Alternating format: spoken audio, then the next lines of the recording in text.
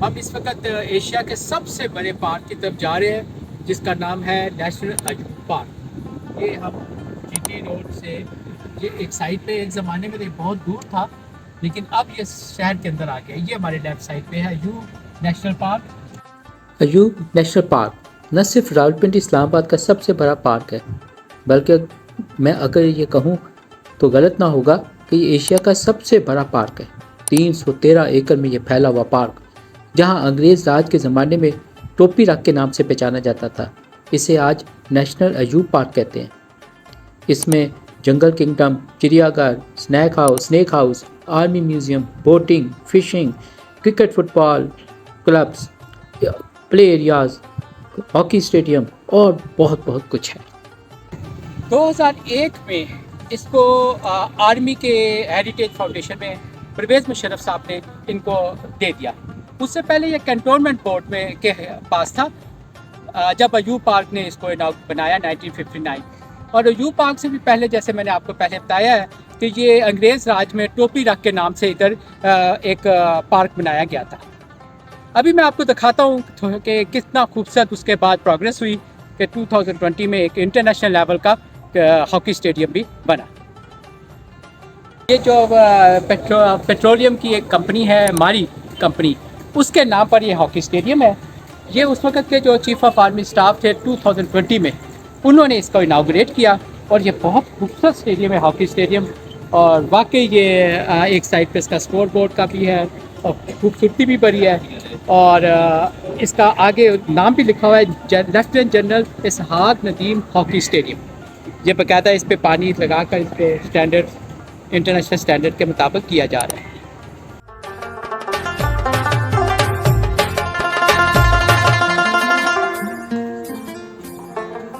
ये अयूब पार्क में आपको मेरे पीछे नज़र आ रहा है कि ये दो रीछ नज़र आ रहे हैं जो इस वक्त खासे वो नज़र आ रहे हैं।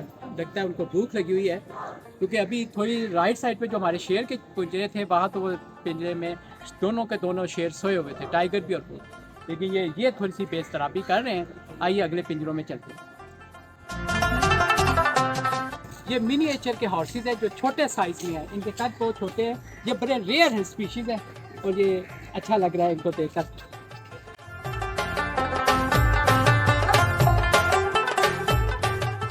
ये सफ़ेद रंग के हिरन है, ये भी बड़ी रेयर स्पीशीज़ है। और ये अयूब पार्क के ज़ू में आप देख सकते हैं। जिनको शौक़ है जानवरों का, वो यहाँ आकर ये यूनिक किस्म के जानवर देख सकते हैं। एनिमल ज़ू से निकलकर मैं अब उस हिस्से में आ गया जहाँ बच्चों के पार्क की जगह वक्फ की हुई है, या बच्चों के झूले वगैरह हैं।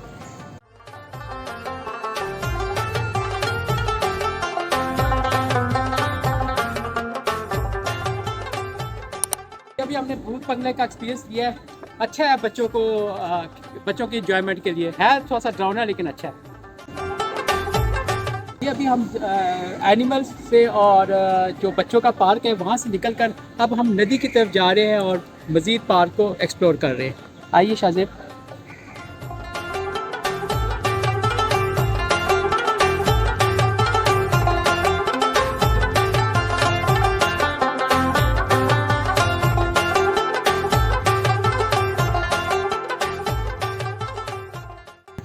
अयूब पार्क में आएँ और यहाँ का म्यूज़ियम ना देखें, नेशनल म्यूज़ियम अयूब पार्क, तो मैं समझता हूँ कि आपने बड़ी गलती की।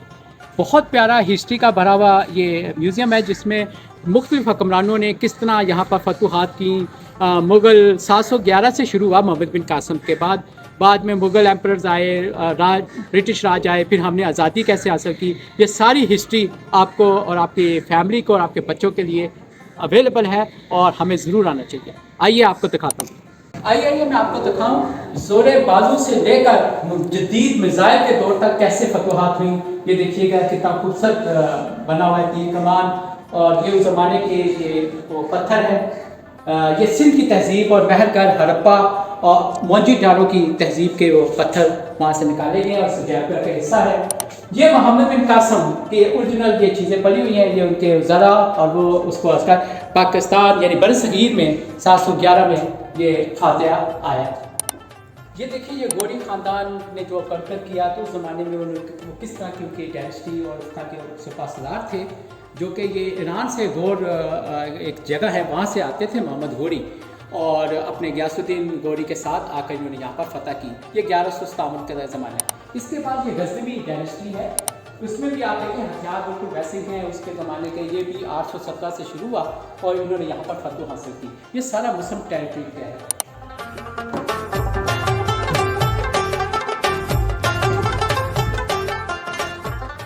ये 8वीं सदी और 9वीं सदी की हिस्ट्री बताती है पूरी टाइमलाइन की, जिसमें मोहम्मद बिन कासिम ने 711 और 712 में यहाँ 6000 घोड़ों और 6000 ऊँट सवारों तमाम 5 मजीतों के साथ इधर हमला किया और राजा दाहिर को जेवर की जंग में हलाक किया, और फिर राजा दाहिर के बेटे जय सिंह को ब्रह्मणाबाद में जंग में हलाक किया, और जंगों में उसने मंजनीक का ज़बरदस्त इस्तेमाल किया और 17 साल में ये तारीखी फतह हासिल की, बल्कि 712 में मुल्तान भी फतह कर लिया। बढ़ते हुए हम 10वीं सदी में गए, जहां महमूद गौरी डायनेस्टी को देखते हैं, जो कि 879 से 1215 तक का फैला, जिसने मोइजुद्दीन गौरी, जिसने न सिर्फ इंडिया को फतह किया, लाहौर को कैप्चर किया, बल्कि उसने एक बहुत मशहूर राजा थे पृथ्वी चौहान, उसको उसने सेकंड बैटल ऑफ द तारियां, बहुत मशहूर थी, 1192 में लड़ी गई थी और बड़ी हैवली घोड़ों की जंग थी बड़ी मशहूर, और उसमें इसने फतह हासिल की। 11वीं और 12वीं सदी के बाद हम 13वीं सदी में आते हैं, जहां ममलूक सल्तनत पहली दफ़ा, जिसमें कुतुबुद्दीन ऐबक थे, जिन्होंने दिल्ली को भी फतह किया और पहले तुर्क हुक्मरान थे। ये दौर है 1209 का। तुगलक और सयाद डायनेस्टी के बाद मुगलों का दौर शुरू होता है। ये third largest gunpowder empire, Ottoman empire, Safavid empire और मुगल एम्पायर कहलाती है। इसमें ज़ैनुद्दीन बाबर, नसरुद्दीन हुमायूं, जलालुद्दीन मोहम्मद अकबर, नूरुद्दीन मोहम्मद सालिम, जहांगीर जिसका नाम है सलीम जहांगीर, फिर शाहजहां, और फिर उसके बाद औरंगज़ेब, और उसके बाद बहादुर शाह जफर। तो ये 1483 से दौर शुरू होता है और 1857 में ख़त्म होता है। ये कदीम रवायती हथियार हैं, ये भी कदीम रवायती हथियार जो कि मुख्तलिफ ज़मानों में सिपाही इस्तेमाल करते थे, और ये उनका लिबास था जब जंग ले रहे हैं। ये वो बर्तन हैं जो मुख्तलिफ उस ज़माने में इस्तेमाल होते थे। ये टोपियाँ हैं, कैप्स हैं लोहे के, जो जिस पे कोई तलवार असर नहीं करती थी। ये देखिए, ये उस वक्त का सिपाही या किस तरीके के लिबास और ज़रा पत्थर के साथ मूव करता था।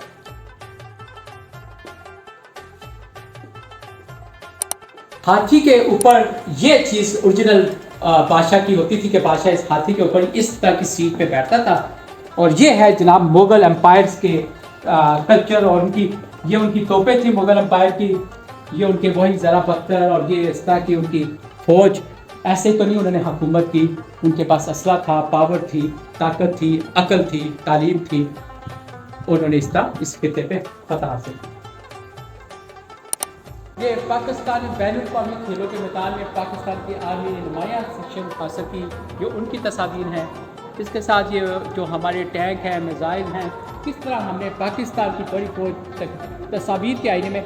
मैं समझता हूँ कि यहाँ हर एक को आना चाहिए और हिस्ट्री को देखना चाहिए, और रियली ये एक हिस्ट्री हमें बताती है कि हम कितनी अजीम कौम और अजीम तारीख रखते हैं।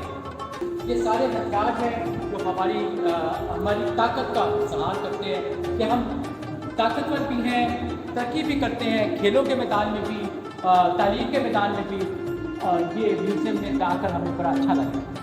ये हमारी बड़ी तारीखी तस्वीर है जिसमें हमने बड़ी अचीवमेंट्स की हुई हैं और अचीवमेंट्स में मेडल्स मिल रहे हैं। ये हिस्ट्री के पुराने सफ़े भी दूर आकर देखने चाहिए। ये बड़ी नादर तस्वीर हैं, देखने की हद तक ये काबिल तारीफ है।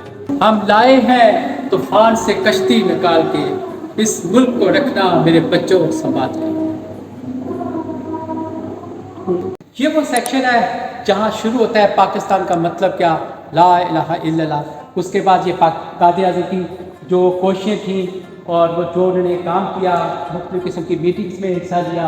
ये हमारे हीरोज़ हैं जिन्होंने बानी पाकिस्तान का साथ दिया और पाकिस्तान बनाने में बहुत मदद की, और ये पाकिस्तान बानी के फरमुदात है। ये सब चीज़ें मुझे देखकर शाहज़ेब ऐसा लग रहा है जैसे मैं पिछले दिनों आज़रबाईजान गया था।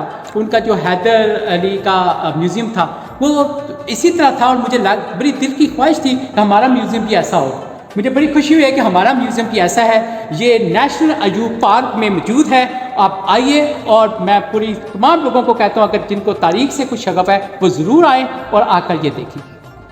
ये वो पाकिस्तान की मशहूर शख्सियात हैं जिन्होंने वाकई नाम लिया बैनुल-अक़वामी भी और सतही भी, जिसमें इशफाक अहमद शामिल हैं, जिसमें शाकिर अली शामिल है, गुलकार शामिल हैं, हमारे कवाली खलारी, ये सब लोग शामिल हैं और अदाकार जिन्होंने अचीवमेंट्स किए हैं, उनकी ये बना हुआ है। और ये है जी पाकिस्तान की ज़ियारतें और ज़बानें, उर्दू, सराइकी, बलोची, उसमें ये सारा कुछ लिखा हुआ है डिटेल। जब भी कोई पाकिस्तान आए या बच्चे आए, ये ज़रूर देखें ये वॉल ब्यूटी ऑफ पाकिस्तान, ये वो मशहूर जगह है पाकिस्तान की जो आकर देखनी चाहिए। और इनसे उनको मुकाम जैसे लाहौर में मंडो पार्क है, फैसल मस्जिद है, मज़ार का इकबाल है, ये शक्करपलियाँ है और ये ज़ियारत है। मेरी कोशिश होगी शाहजेब हम इन सारी जगहों पे जाएं और अपने नाज़रीन को ये जगह भी दिखाएं।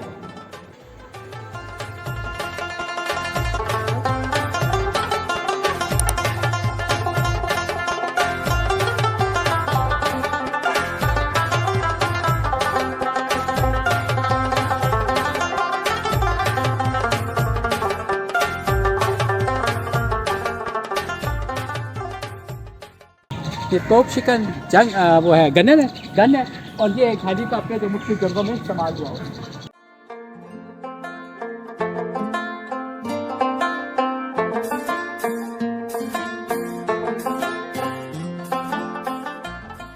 नेचुरल ब्यूटी अगर आपने देखी है तो आप जरूर जू पार्क में आए, नेशनल जू पार्क में। यहाँ मैंने नेरियम ओलियंडर देखा, ये पाइनस लॉन्गिफोलिया, शाहजेब ये देखिएगा, ये पाइनस लॉन्गिफोलिया का बांस लगे हुए हैं।